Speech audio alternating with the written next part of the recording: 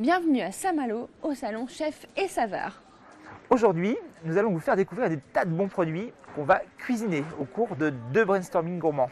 Nous allons partir à la recherche de quelques ingrédients et mon petit doigt me dit qu'on va avoir peut-être un invité exceptionnel. Oui, qui commence par un N. Il s'agit de Norbert qui viendra avec nous cuisiner plein de bonnes choses. Ça promet. Allez, on y va. Ici, à la maison du jambon, on va prendre du jambon de Bayonne et du chorizo. Je sais pas pourquoi, mais on a comme une idée de chips. Là, on est chez les Marmitons d'Étran. Ça devrait nous parler. Donc, vous avez 3 spécialités. Vous pouvez nous les expliquer? Voilà, donc c'est du caramel de pomme. C'est une pâte à tartiner qui se cuisine. Donc nous avons 3 saveurs, caramel de pomme nature, beurre salé et cannelle. Bon ben, c'est parti. Dans le panier. On est en train de récupérer du fromage pour les brainstorming. Et ça, c'est un Beaufort été du Milon. Ça veut dire qu'il a eu le temps de s'affiner. Et en plus, c'est du lait printemps-été. C'est le lait qui est extrêmement parfumé. Ça va être sublime. Vous savez comment on reconnaît le Osso Irati? Non? Eh ben, écoutez. Vous identifierez toujours un Osso Irati quand il est fermier, avec la tête de la manège, de la brebis, une des races les plus rares de France. Vous avez le F à l'intérieur, ce qui vous stipule bien que le fromage est fermier. Expliquez-nous d'où vient tout ce sel. Donc nous on est producteurs de sel à Bourgneuf. Quel est votre produit le plus surprenant? Le plus surprenant c'est de la nacre de sel.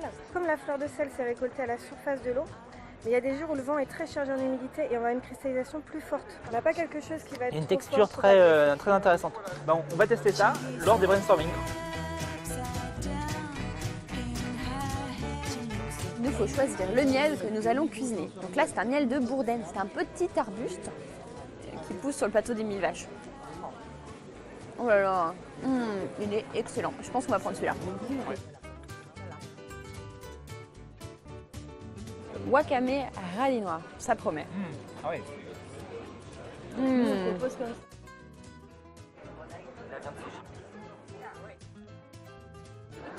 Merci beaucoup. Avec ça, on va faire des tas de bonnes choses parce que c'est très parfumé. Et avec la fleur de sel de tout à l'heure, on va se régaler.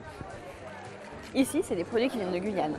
Et il y en a, ils ont le goût du piment, mais ils ne sont pas agressifs en bouche. Ça ne pique pas du tout, c'est génial. Et le goût, je te dis pas. Et là, le confit de gingembre, c'est vraiment trop bon. L'idée, c'est vraiment d'être sur des recettes apéritives à base de tous les produits qu'on a trouvés sur le salon.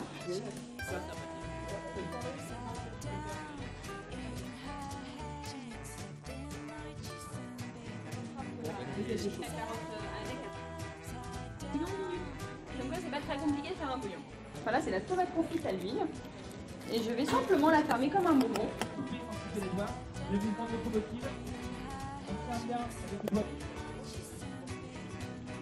La viande séchée elle est intéressante parce qu'elle d'une part elle est très sèche, donc ça peut servir de socle. Donc vous pouvez imaginer faire un petit millefeuille avec des petits carrés de viande séchée.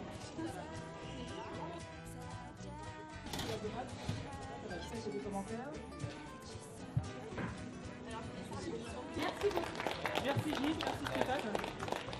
Si l'équipe Marmiton s'est frottée au salé en imaginant des bouchées apéritives à base des produits du salon, on a laissé la place à Frédéric Jossinet et sa comparse Sangeeta Tripathi, ex-championne d'épée et désormais pâtissière. Elles vont nous concocter des recettes à base de chocolat et de vanille. Tout un programme, le tout à l'aide de 2 internautes de Marmiton. Surtout n'oubliez pas, mangez bon, mangez Marmiton.